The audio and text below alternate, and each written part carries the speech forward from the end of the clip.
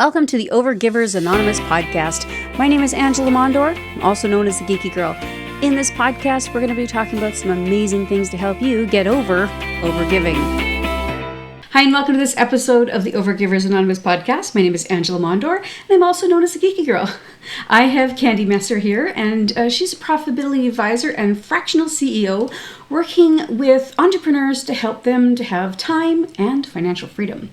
Experienced in bookkeeping since 1998, Candy understands the stresses business owners face and offers customized services to meet their varying needs. She also teaches operational efficiency to allow entrepreneurs to step away from their business and have them run efficiently and effectively without their oversight.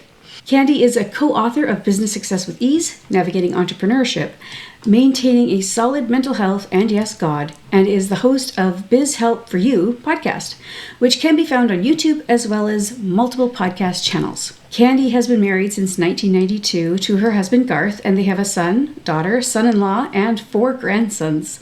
When not running her company, Candy enjoys reading, crocheting, baking sourdough bread, and spending time with friends and family. I love the fact that you and I have a lot of things in common. I got married in 93. I have 2 daughters. I absolutely love crocheting. It's one of the things that really helped me in my healing after my car accident. Oh, yeah. Nice. Yeah, I love it too. It's just, I don't get to do it as much maybe now as I used to, but I just loved making things to give away. Fair, yes. I know I'm in the middle of making something for my nephew right now. It's his When Your Birthday coming up, so I'm excited. Okay. It is. And you said 4 grandsons? Yes? Mm-hmm. I think? Yes. Wow, that must be very busy. And they're all from the same child of mine, so she definitely has her hands full with 4 boys from 7, just turned 7 down to 7 months old. Wow, okay. Yeah, that's a handful. Yeah, I mean, I only raised girls, but my girlfriend had boys. And so we would bounce each other off, right? Like, oh, what's this like for you as a mom of boys? What's this like for you as a mom of girls? And it was so drastically different, the things that we went through. For sure. Well, and I had one of each, but I think when there's the multiple boys, they like to wrestle and, just run around and have all that anxious, like, energy that they want to go out and burn off. So, yeah. Fair enough. Yes. I know that, we were talking pre-recording about my car accident and how I was so grateful that my team was there and how amazing they are. And I know that you help people with that. And in the beginning, you said when you first started helping people with this, you're like, oh, what if you want to take time off, right? But you had a personal experience too, where, it was important for you to have a solid team with your back, right? I did. So, like you said, I originally was prepping my business so that I could have some downtime because as entrepreneurs, we work a lot of hours, right? And when we go on vacation, we're often taking the laptop and checking emails and calling people, whether it's our team or clients. So we're really just working in a different location.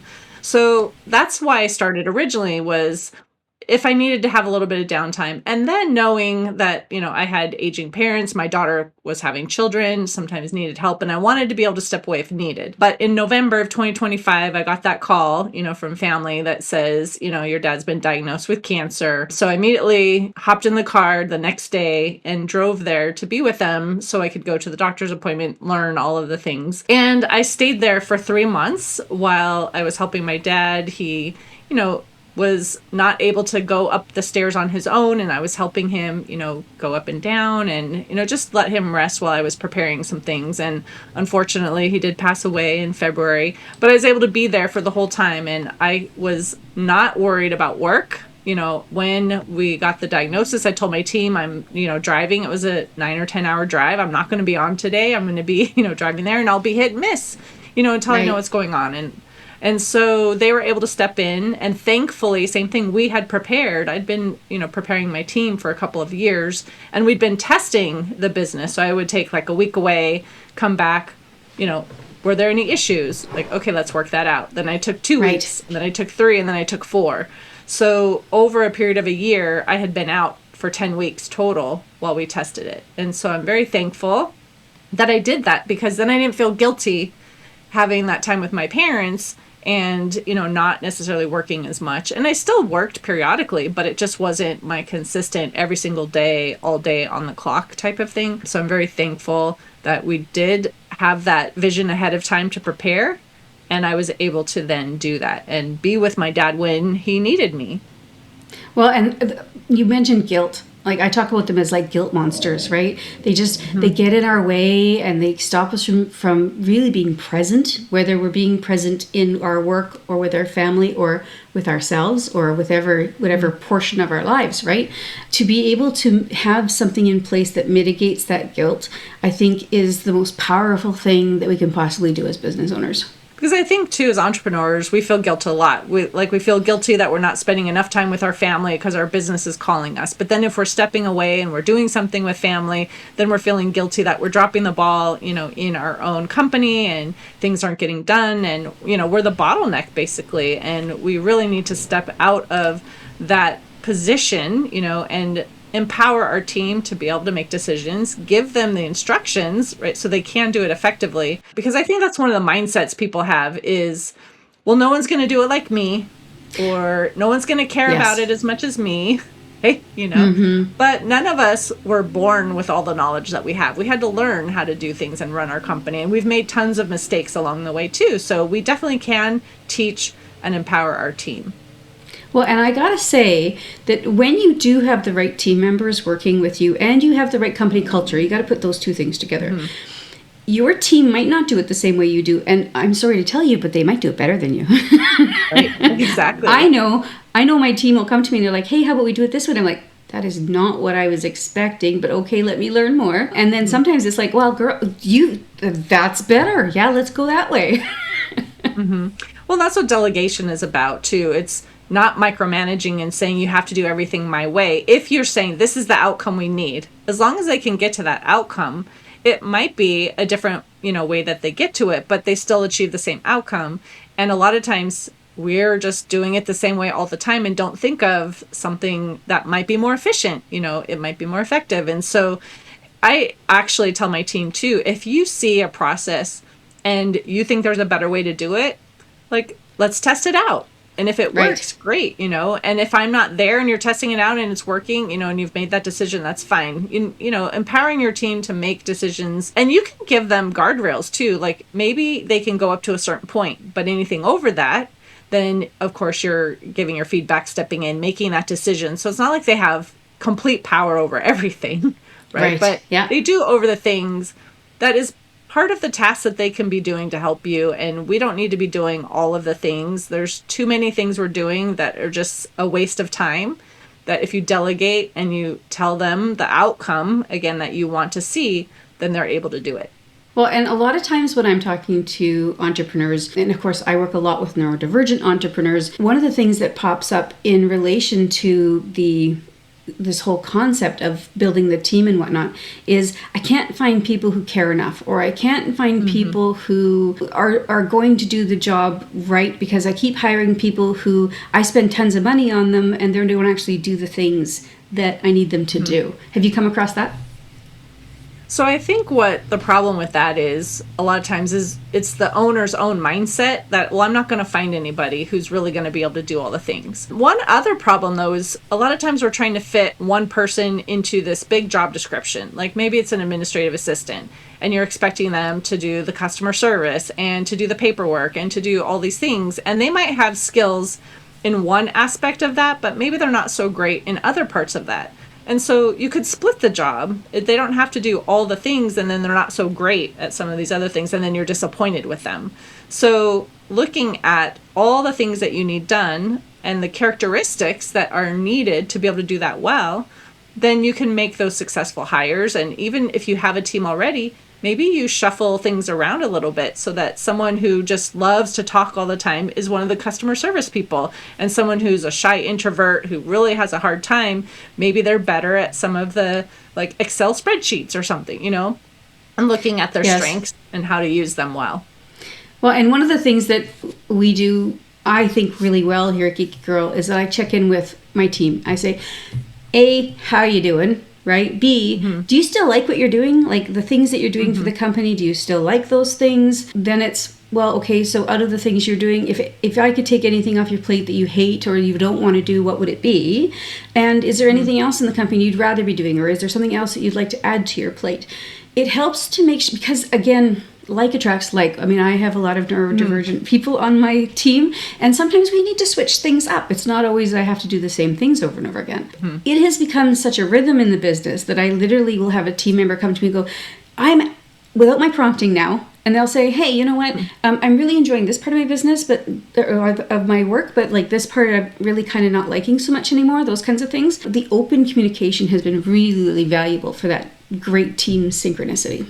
Well, it's definitely important to ask them, how they're doing. And you want someone to still have some type of challenge, not necessarily have just conquered it all and they know everything, because at some point that brings boredom as well. So what can you do that's going to, give them maybe something new to learn, and could be in the same similar type of thing, or maybe it's something completely different, but giving them that opportunity. And for us, we actually have every day, there is like a quick little check-in that they just fill out a little form, and they're saying, this is what I did. This is a challenge I'm facing. This is what I need help on. Is there anything else, that you would like us to go over and talk about, and that's where they could also talk about with if there's a challenge that they're just having a hard time overcoming, or maybe there's an opportunity that they see that they want to do something different. And then my operations person once a week also meets with them and has a one-on-one, and that is an in-person, well, as much as in-person by Zoom or something can be. Yeah. But, it's live, and having that conversation to check in. And then we have a weekly team meeting as well. And I ask, are there any challenges or what's going on? I want to hear, from you too. And so we can talk about important things we have to accomplish, because in my business, we do bookkeeping and payroll and all the compliance things too. So deadlines. But it gives them the opportunity to also share or give ideas. We just had someone this week say, hey, what if we change this slightly to be this person did this aspect of it? And so giving them the freedom to share those thoughts and opinions, and doesn't mean you have to always change things if they have an opinion, but you're hearing what they're having to say and you're considering it. So I think that's important. Well, and there's sometimes where, they know they can't have this piece removed off their plate. They just want to say, hey, this part really kind of sucks. And it's like, I understand what you're saying and I appreciate it. I got some pieces of that of myself. I'm sorry, I can't move that piece, right? But it's at least we are explaining, we share those things with each other so that they can at least say, this is the one thing, right? And then then the conversation, like you said, can be, well, is there a problem? Is there a roadblock? Is there something stuck? Is there a reason why this is particularly difficult for you? I mean, is it boredom, right? Or has it changed some way? Has it evolved since you started it, and maybe we need to revisit how the job is done? One thing that we do periodically too is a time tracking, and they'll write down all the different things that they're doing during the week, whether, checking emails, customer calls, doing the actual work. And then they'll actually say, I think this could be trash because no one needs to do it anymore. It's just something we're continuing to do. It's just been done, but maybe we don't even need it anymore. Or maybe there's a way we can do it a little more efficiently, and so we spend less time on it. Maybe it's something that someone else could be doing, or it's something I absolutely love and I want to make sure I continue doing it. And so everyone will do that too, and we can look at it and see. And if someone is saying, I really think that this could be transferred to someone else, well, who might be the right person for that too? And so that's helpful as a company as well, periodically, to look at that. Exactly. And I mean, I think that it's really important to check in with our people. Like you said, we aren't all necessarily working in the same building. So it's not like you could just sort of, pass by and say, hey, how you doing? To have scheduled time, or to have the ability for somebody to actually reach out to another human being to support each other. And, I've managed large teams as well, where I've said, hey, you may not have direct ability to get to the person you're looking for, but who else on your team can you rely on, or who else can you talk to on the team? We've gone away from that, working in the same building where you can just walk by somebody, or you're going to grab your cup of coffee and somebody else is there and you're like, hey, have you dealt with blah, blah, blah recently? So having those lines of communications, what do they look like in your business? And that could be different for everybody. Some people might use Zoom meetings. Some people might use chats, right? You could use them we use ClickUp inside our business for our project management, and I help other businesses with that. So inside there's multiple different ways to communicate inside there, but some people use Slack. I mean, whatever it is inside your business, I think it's really important that you put that as part of the company culture. How is it that we're going to communicate as a company? And what are those avenues, and which ones are open, right?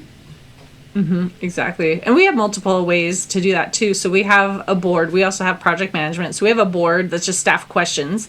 So they can put a question on there. If it's not urgent and someone else can look at it and answer, or if a team member hasn't, I can answer that. I also have on my calendar specific times, a couple times a week, where I just open it up. It's like office hours, right? And if someone has a question, they can come and say, this is a challenge I'm facing. I'm not sure how to do this. They can share their screen. I can see what they're doing. And then, of course, we have chat. So if there is a quick question that pops up, my team, they also have a chat that doesn't include me. It's just coworkers. And they could say, hey, I'm not sure about how to do this. So they ask each other first. And then if they don't know, then they can come to me and then ask. But then they know that they're empowered to actually help each other. And they don't have to come to me first, because I am trying to have them try to find a solution, right? And not just have to say, oh, I'm not sure what to do. I'm just going to go ask Candy. Right? And exactly. So and I think that's one of the hardest things as a business owner, to figure out, how do I get my team to rely on my team, as opposed to everybody always coming to you, because then you become this bottleneck and everybody thinks like they always have to ask you. What a great idea to have them have their own chat channel without you in it. It's a great place for them to also feel empowered to say what they want to say without having to worry about, well, what does the boss think, right? Right. Exactly. And not everyone has like the best day all the time. There's going to be some frustration sometimes too. And so if there's a place that they can vent and just say, I'm really having a hard time with this today, someone can step in. We actually have that in our full team chat too, where someone would say, like even yesterday, someone's like, oh, great. Like a lawnmower just like ate up our wires for the internet. So my internet's going to be down until tomorrow afternoon, right? Frustration that happened. Yes. And that's not a major serious thing too, but it's something that we could share. Or, a big storm has come through and we just lost power. We're going to be off for a little bit. Or, someone is not feeling well today. I'm not going to be working my full-time hours. I'll be, working hit and miss, or, things like that, where they could just put out those quick little messages and we could just support each other. Or even when it's the happy times, like, oh, someone just had a birthday, here's a picture, or things like that, where you could have a little bit of the fun in there too, but then still focused on the work as well. Yes, that's awesome. And I do think it's a good idea that the team finds a way to have fun, right? Like you said, with the good times, to be able to communicate with each other on those things as well. And like we have a chat channel. It's called Random Fun, and sometimes it'll be pictures of people's kids, or it'll be like a goofy meme we just thought was really funny to share with the team. It's a place where we can still engage and have fun with people, but it's separate from the business, so that if you're focused on business and you don't want to be distracted, you don't have to look at it till later, kind of thing. But I think it's important to bring that levity and fun to the whole process too. Yeah, especially if you're in something that can be just overwhelming, or just there's so much, like we're in compliance again, so we have to make sure like every single thing is right and everything is done by deadline, and a lot of things hit in the same period of time. So month after quarter end is always a bit busier, and then January is always the worst, because you have year-end documents, you have quarterly documents, you have all these things. So there could be some of that stressor going on, but at the same time, having just a fun little meme or something, like you said, that just makes you smile. Or if you see someone, in October when we're doing, third quarter reporting, someone will show like their kids' Halloween costumes or something, and it's just fun to see. And it does just give you a little bit of that quick break, and then you can just get back to doing the things that you need to do. So if you had somebody come to you today, or if somebody happened to be chatting with you and they're like, I really love what you've had to say on the podcast, and thought, you know what, I wish that word, right? I wish I could believe that this is possible, but I feel like I'm drowning in everything and everything's on top of me right now. How do I even begin to move to a place where I could take a day off, never mind 4 weeks? So I definitely would say doing that time tracking for themselves first, just to look at all of the things that they're doing. And they don't have to necessarily do it for a week, but if they do like 1 to 3 days even and start looking at that. And I do have a template. So if somebody is interested in doing that, they could reach out to me. I could give them a template so they don't have to create their own. But that's one place to start, because you can identify some things in your daily work that can be offloaded or completely trashed, and you can get time back very quickly by just looking at what you're doing. For instance, you might say, I'm going to Facebook because I need to create a business post. And then next thing you know, you're scrolling other people's things and you just find out that you wasted 20 minutes.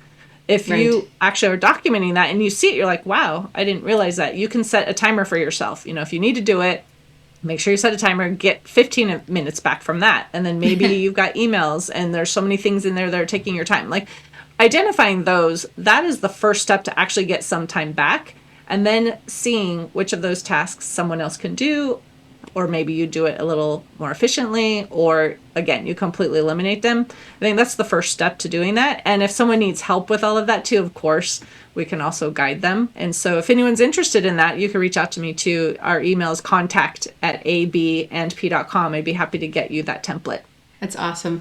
And I think, you're right. People don't realize the time that they spend doing things. One of the things that I help people with a lot is time. And based on my personal experience, the story that makes the most sense and easy to tell is that I was tracking my time, like you said, like, where is my time going, right? And I had to write a blog post. And I sat down in the afternoon to write this blog post. I gave myself an hour. I figured that would be enough time. Like, I don't know, it was more than 2 hours later. I was exhausted. It wasn't done yet. And I'm like, why does this take so long? And then okay, I'll try it another day. But I had tried it in the morning. And I was done in like 30 minutes. And I'm like, oh, wait a second. There's a cue. If I do it in the morning, I'm probably going to get it done faster than if I did it in the afternoon. So those time pieces really, really matter, where your brain's at, especially with us, with our neurodivergent brains. Sometimes morning works better than afternoon. Sometimes dead of the night is a better time for you to work, depending on, how your brain works. That's so true. And there's a lot of times where people do try to put things into a time slot that's not necessarily ideal. So if you know your rhythms and in the morning, I can just really focus for 2 hours, then you want to put those more difficult tasks there where you can get them done. And then something that is easier and maybe you don't have quite as much energy, but it only takes 10 minutes to do, then you're able to accomplish it much easier than trying to do that real difficult task that takes a lot of brain power in the afternoon when you're just kind of crashing. So identifying that is really important. Yeah, I call them brain dead tasks, things I can do when I'm just sort of like on the edge of holding on to the day. And so I always have a list of those. They're still important tasks. They're still things that are important to the business or to getting towards the goal, those kinds of things. But they're tasks that don't require a whole lot of focus or spoons in my case. How much energy do I need to put towards that? Yeah. Exactly. So when you started doing this process for yourself and you were like, I need to get to a point where I can take some time off. Did you start with the time tracking thing for yourself, or did you do something else and then land on the time was the thing I should be doing, or how did that work for you? It did start with the time tracking. So I read the book by Mike Michalowicz called Clockwork. That's how I kind of first found out about this, where he's saying the whole premise of the book is you want to take a 4-week vacation, but not for you. It's for the business so that it can learn to run without you. And I was like, oh, I need to be able to do this. And that's where it started talking about planning for a week, then 2, then 3, then 4. But it talks about start with your time tracking and really figure out what are you doing, because we think we know, and we think we know how long things take. But then when you put it in black and white on a document, then you can really analyze it and see where some of your time is going. And that's when I first decided, like, I need to figure out what I can delegate and start really teaching one thing at a time. At that point, I had someone I moved into operations who would then start to take some of the things off my plate.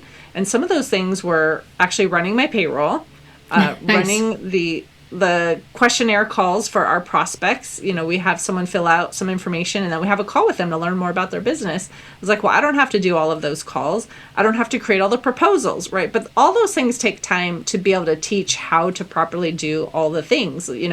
Payroll is a very important thing, And so I created a system and I first did it myself. I recorded how to do it. I had that turned into notes too with a little checklist. We have to make sure this is done and this is done, and we have to submit this, and this is how you do all the things. On the second time, I had her running it, and I was watching and I was answering questions as she needed, and guiding her and giving her, this is where you go next. Make sure you click this, you do this. And the third time, I didn't say anything unless she had a specific question. And then after that, again, if she had anything, she could reach out to me if needed. She had the video, she had the instructions, but she's like, oh, I'm good. Right. And it was the same thing with our proposals. This is what I have. This is how I determine what is the scope. And I would let her then prepare it, and then I would make notes saying, well, this is what I changed and why. So not just I changed it, but why. Giving them your thought process is extremely important for them to be able to be successful. That's awesome. And I love the fact that you said I recorded it and then you got it put into notes. People say all the time, oh, geez, SOPs are so hard. They're all stuck in my head. You won't believe how many multi-million-dollar companies, billion-dollar companies who have people with things stuck in their head rather than writing the processes down. It floors me every time I come across it, but it's simple, but it takes some practice, right? Now we've got so many great tools out we didn't have 10, 15, 20 years ago. But, to be able to record yourself, whether you open a Zoom room or have another piece of software that you currently use, and you just record yourself, literally share your screen. Click, click, I click here, I click here, I click here, because explain yourself as you're walking through it. And then, of course, the transcriptions, you can take those and you can have AI help you to write up some great things. Then the litmus test, like you said, is get somebody else to do it, right? So the way you did it, the way you explained it, it makes sense to you because you've done it 5,000 times. So you give it to somebody else. Do you have it right, or did they go, I got stuck on section 3 here? What do you do? Where do you click this? I don't see this on the screen. Because maybe you were clicking on a different screen and didn't capture it or something, right? Well, and that's why I try to say video is really important to start with, because if you're going to sit and you're going to write down the steps, you might miss something because you're so used to doing things, you're not thinking about it. But if you record yourself doing it and explaining what you're doing, then you have to make sure you click on this certain button, or, you go to this certain page, or you upload this certain thing, and so it shows all the steps. But we also like to take that, like I said, take the transcription, turn it into notes, but then we like to take screenshots. So maybe you don't always want to go back to the video and find where it is in the video to do that one thing. So if we're able to take those notes and actually put some screenshots of here's where the button is, Yes. then that's important. And then for us, what we do, software changes a lot. So then you have to update it. So if you can first just take a new little snapshot and say, well, here's where the button is now. And then when you need to, you can go back and re-record if needed, but you can quickly update something that's in the written form by just grabbing one more screenshot if needed, so that if someone is doing it. And then we also say, if that is handed off to someone else, they're now responsible for updating it. Right. Yes. Perfect. I love that you pass that responsibility, right? That this is now your document. This is your responsibility. I really believe that everyone on the team should be responsible for their entire corner, whatever you want to call it, their entire spoke, right? Right. Because if one person's responsible for everything, then something's going to get missed. But if you're responsible for your own corner, then it's easier for one person to manage this as opposed to one person managing all of this. And the one thing I always tell my staff too is, imagine you are going into this position and you don't know what to do and you need to have the instructions. That's what I want you to think about when you're creating the instructions as well, that you're giving somebody all the tools that they're going to have so that they could be successful by doing this task when it's handed off to them. No kidding. You have had some amazing tips, and I love the fact that you were able to walk through and make those changes so you could take the time off yourself. And I'm sure you're grateful that because you did that, you were able to take the time to spend with your father. Those times are so precious, regardless of why we need to take time when we are doing it for family. It's so amazing that you're able to actually be present and not also worrying about everything else. I can imagine that was freeing for you. Mm-hmm. Definitely. I was so glad that I could be there as much as needed for my dad, and that my team was able to support me when I needed them as well. That's awesome. Well, I appreciated talking to you today. And of course, we're going to put all the show notes below for anybody who wants to get connected with you and get the information from you. Thank you so much for being here today. Thank you for the time. I really enjoyed our conversation. It was awesome. Thank you so much. Have a great day. Thank you so much for listening to the Overgivers Anonymous podcast. Your support means the world to me. You can find show notes for this episode and other goodies at overgiversanonymous.ca. And if you enjoyed this episode or you enjoyed the podcast in general, why not join us in the Overgivers Anonymous Facebook group, where you can connect with overgivers from all over the world. Head on over to geekygirl.ca/group.